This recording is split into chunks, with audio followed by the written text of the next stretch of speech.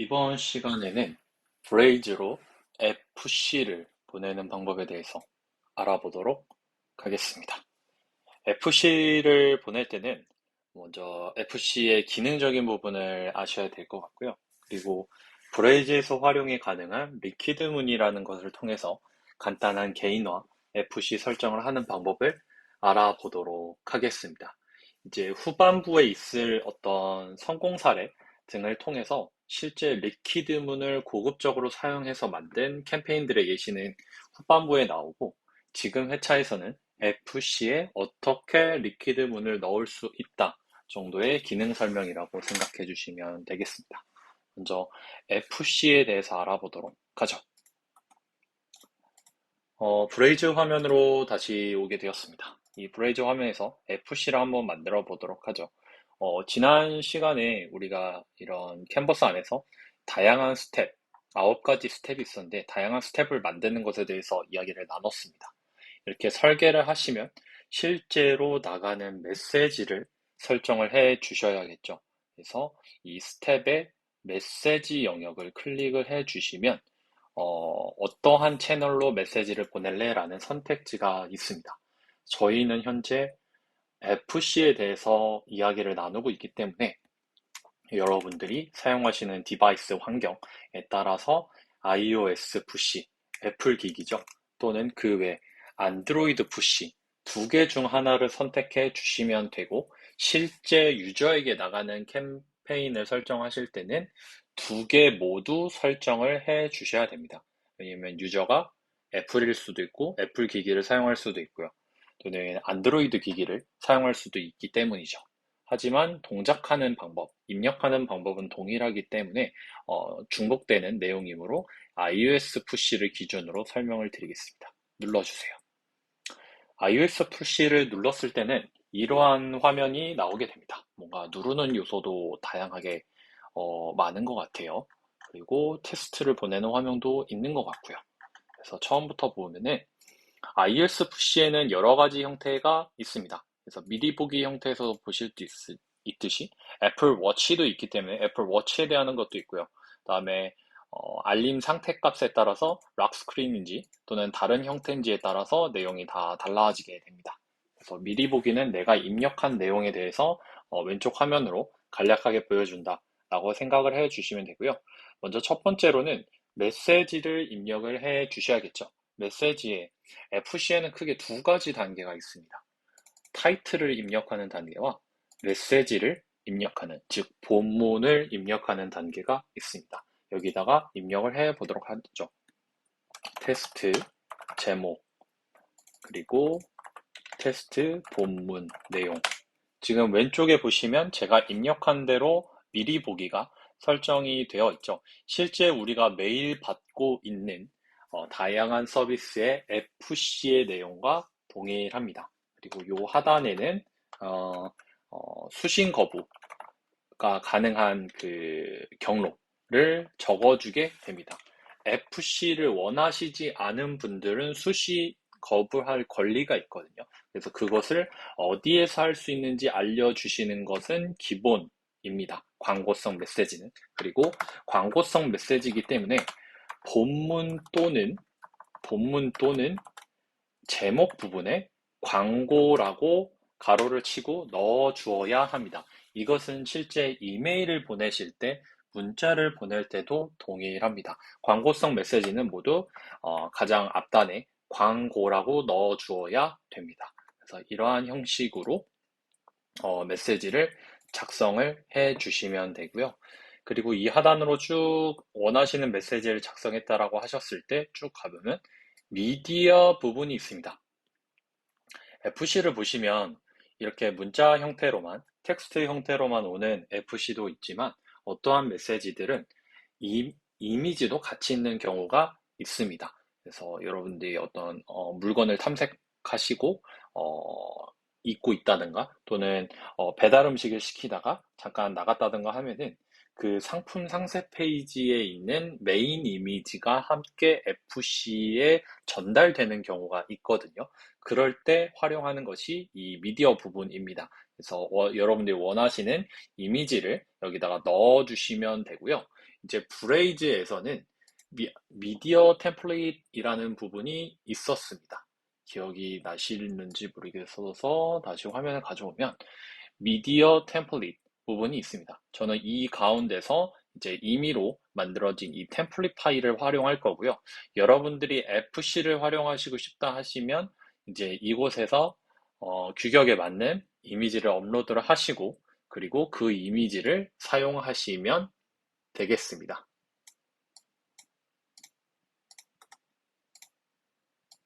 네, 이미지를 가져와 보도록 할게요.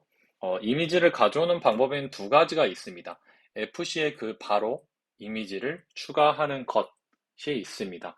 그리고 두 번째 방법은 이미지의 URL을 넣을 수 있는 영역을 활용하는 것입니다. 어느 것이 더 좋나요? 라고 하시면 사실은 장단점이 다 있죠.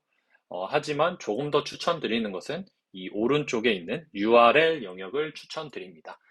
여기 템플릿 부분에 가시면 이 이미지를 업로드했을 때의 URL이 있습니다. 말 그대로 이미지의 URL이 됩니다. 그래서 이 영역을 활용해 주시는 것을 추천드립니다. 그래서 저는 이 이미지를 추가를 해볼 거고요. 이렇게 넣게 되면 저는 이렇게 흰색 규격에 맞는 지금 이제 경계 부분이 모호하지만 흰색 이미지로 템플릿이라는 이미지를 넣어서 그것을 보내볼까 합니다. 그리고 이 파일의 형태는 무엇인지도 입력을 해주셔야 되는데 여기서는 여러 가지 형태가 있죠. 여러분들이 넣어주신 파일에 확장자명을 넣어주시면 되고 일반적인 이미지는 PNG 또는 JPG니까 두 개 중 하나를 선택해 주시면 되겠습니다. 그리고 앱을 FC를 보냈을 때 고객이 그걸 눌렀습니다. 눌렀을 때 가야 되는 랜딩 페이지라는 곳이 있겠죠. 이것은 역시 각각의 기업별로 주소가 다를 겁니다. FC는 웹사이트 같은 경우는 웹사이트 주소를 랜딩 페이지에 주소를 입력하면 되겠지만 앱 같은 경우는 웹사이트에 있는 특정 랜딩 페이지로 가는 것이 아니라 앱에 있는 특정 화면으로 우리가 고객이 넘어가줘야겠죠. 그래서 그것을 딥링크라고 합니다. 그래서 각각의 딥링크는 개발팀과 이미 쌓고 계실 텐데요. 그 딥링크 주소를 이곳에 넣어주시면 되겠습니다.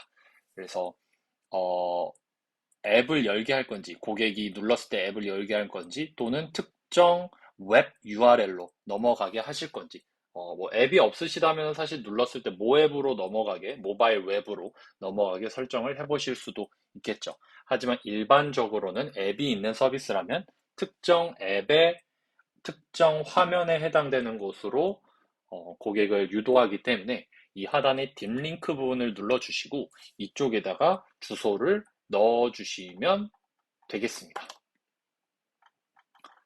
그렇게 되고 이 세팅 부분에서는 여러분들이 원하시는 값을 좀 자유롭게 설정하실 수 있어요. 이거는 기업별로 조금 다르기 때문에 이 부분은 넘어가도록 하겠습니다. 그리고 메시지를 설정하셨으면 테스트를 해볼 수 있습니다. 물론 이쪽에서 미리 보기 형태를 보여주기는 하지만 말 그대로 미리 보기일 뿐입니다. 그래서 실제로 어떻게 메시지가 고객에게 전달되는지 직접적으로 체크해 보기 위함인 건데요. 이곳에 테스트 계정을 넣어주시면 되겠습니다. 물론 우리 서비스에 가입이 돼 있으셔야 테스트가 가능하겠죠. 그래서 저는 이미 제 테스트 계정을 이름을 지정을 해놨고요. 또는 이 하단 부분에 여러분들의 테스트 계정의 이메일이라든가 또는 어떤 아이디, 브레이즈에서 활용하는 그 external ID 등을 넣어주시면 그분에게 테스트가 넘어가게 됩니다. 또는 특정 유저를 선택해 보실 수 있습니다. 특정 유저에게 메시지가 어떻게 반응을 하는지도 테스트해 보실 수 있고요. 저는 테스트 계정이 있기 때문에 제 테스트로 한번 보내보도록 하겠습니다. 이렇게 설정을 하시고 Send 테스트 버튼을 눌러주시면 이렇게 뜹니다. Successful Send 다시 한번 눌러볼게요.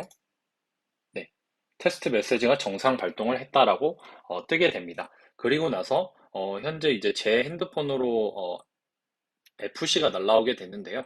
이것을 저는 핸드폰을 iOS를 쓰기 때문에 날라왔고, 안드로이드 기기를 쓰시는 분들이라면 당연히 안드로이드 푸시를 만드셔서 해도 동일한 과정입니다. 그래서, 요것을 저는 제 노트북에 한번 보내볼 예정이고, 그리고 지금 에어드랍으로 그 FC 화면을 캡처를 해 보았습니다. 실제 제가 보낸 것과 동일하게 테스트 제목, 광고 문구, 그리고 뭐 수신 거부의 내용들, 그리고 이미지 영역도 깔끔하게 들어가는 것을 확인을 했고요. 그리고 FC를 눌렀을 때 도달되는 랜딩 페이지도 제가 의도한 딥링크처럼 정확하게 들어가게 됐습니다. 이렇게 테스트를 마치시면 여러분들은 iOS 푸시를 제대로 설정하게 되시게 되고요. 이것을 바탕으로 실제 유저에게 보낼 때는 안드로이드 푸시를 설정해야 된다고 말씀드렸습니다. 안드로이드 푸시를 눌렀을 때는 이러한 화면이 나오게 됩니다. 그리고 iOS 푸시에서 입력하셨던 내용들을 그대로 넣어주시면 됩니다. 타이틀, 그리고 광고의 본문에 해당되는 내용, 그리고 이미지도 동일하게 넣어주시면 되겠죠. 그리고 테스트를 보내보시면 이제 안드로이드 유저분들에 해당되는 분은 테스트를 받아보실 수 있습니다. 이렇게 FC 부분을 저희가 설정을 해 보았고요. 그리고 간단하게 FC에는 리퀴드 문이라는 것을 활용을 해서 고객 개인화에 맞춰서 이름 등 또는 이름을 넘어선 어떠한 고객의 속성 정보값, 행동 정보값을 메시지 안에 넣을 수 있습니다. 초반에 말씀드린 것처럼 조금 고급적으로 활용하는 리퀴드문은 후반 강의에서 조금 더 다루게 될 예정이고, 지금 영역에서는 리퀴드문이 적용되는 원리에 대해서 설명을 드리려고 합니다. 리퀴드문은 사실 브레이즈에서 만든 언어는 아닙니다. 이제 쇼피파이에서 활용하고 있는 뭐 파이썬이라든가 뭐 자바스크립트 등과 같은 코딩 언어입니다. 그 언어를 리퀴드문, 그런 언어 중 하나가 리퀴드문이 있고, 이 리퀴드문을 브레이즈에서는 뭔가 개인화, 자동화된 영역을 위해서 활용하고 있습니다. 그래서 그럼 내가 직접 코딩을 쳐야 되나요? 물론 아닙니다. 저희가 개발자분들이 아닌 분들이 더 많으실 것 같기 때문에, 마케터라면. 그래서 다행스럽게도 브레이즈 안에서는 이 리퀴드문을 조금 더 사용자 친화적으로 입력할 수 있게끔 도움을 주고 있습니다. 이 오른쪽에 플러스 영역을 눌러주시면 됩니다. 그래서 이 영역을 제가 한번 눌러보도록 하겠습니다. 이 부분을 눌러보시면 뭔가 개인화 관련된 내용을 추가할 수 있다고 합니다. 그래서 고객의 속성값, 즉 attribute 값을 바탕으로 또는 특정 이벤트를 값을 바탕으로 이 값을 입력하게 됩니다. 즉 우리 이메일을 보낼 때 어떤 형태가 있었냐면, 이메일 같은 거 보시면 땡땡땡님 안녕하세요, 이러한 형식으로 들어갑니다. 그러면은 요 영역에는 이름이 들어가겠죠. 그다음에 이름 뭐 A, B, C, D가 들어가게 될 겁니다. 요것을 이제 리퀴드문을 구현을 해볼 텐데요. 저 눌러주시고요. 이것도 회사마다 트리뷰트를 어떤 것을 입력하시는지는 다 다를 것 같습니다. 그래서 요것은 체크해 주시면 좋고, 디폴트 어트리뷰트 또는 커스텀 어트리뷰트에 들어가셔서 이름에 해당되는 값을 넣어주게 됩니다. 그리고 여기다가 insert 부분을 넣어주시면 뭔가 색깔이 진해진 영역이 들어갑니다. 그럼 이것이 이 부분에 이름이 들어가게 돼요. 그래서 누구누구님 안녕하세요 라고 하게 되면은 제목 부분에 누구누구님 안녕하세요 또는 누구누구님에게만 추천드립니다 형식으로 이름을 넣을 수 있게 됩니다. 이렇게 해서 메시지를 개인화하는 것이 리퀴드문의 원리다라고 생각해 주시면 되고, 본문도 역시 마찬가지입니다. 똑같은 형식이 나와요. 그래서 우리 회사는 고객의 정보를 어떤 것을 수집하고 있는지 먼저 체크를 해주시고, 그거에 해당되는 정보가 누적 구매 건수라든가 고객의 카테고리 정보라든가 고객이 좋아요를 누른 카테고리 서비스의 정보라든가 또는 근래 구매했던 물건의 이름이라든가 상품 조회를 했을 때 그 상품의 이름이라든가 등을 이쪽을 통해 리퀴드문을 활용해서 이 본문 또는 제목에 자유롭게 넣어 주실 수 있습니다. 역시 제가 이름을 넣은 부분에서 테스트를 저에게 한번 해보도록 할게요. 하고 저에게 현재는 미리 보기에선 누구누구님에게만 나옵니다. 네. 그리고 테스트를 저한테 보냈고요. 제 핸드폰에서 체크를 해보도록 하겠습니다. 캡처를 했고요. 그리고 에어드랍을 통해서 제가 방금 받은 FC 이미지를 여러분들에게 공유드립니다. 제 이름입니다. 김대정님에게만 추천드립니다. 본문 내용 있고요. 그래서 저희가 입력했던 요 내용과 동일하게 들어가는 것을 알 수 있죠. 그래서 우리 회사는 어떠한 정보값을 수집하고 고객의 정보를 수집하고 있는지를 체크하는 것도 CRM 마케터로서 꼭 해주셔야 될 업무 중 하나입니다. 이거를 데이터 텍소노미라고 하는데 우리 회사는 어떠한 이벤트가 발생하고 있고 그 이벤트가 발생했을 때 어떠한 이벤트 프로퍼티, 구매 전환이 구매라는 이벤트가 일어났다면 구매액, 상품의 이름, 상품의 고유한 아이디, 쿠폰 사용 여부, 쿠폰 사용 금액 등에 대한 이벤트 어트리뷰트 값이 수집되고 있을 겁니다. 그리고 또 고객마다 어떠한 어트리뷰트를 가지고 방금 말씀드린 건 이벤트 프로퍼티를 수집하고 있을 거고요.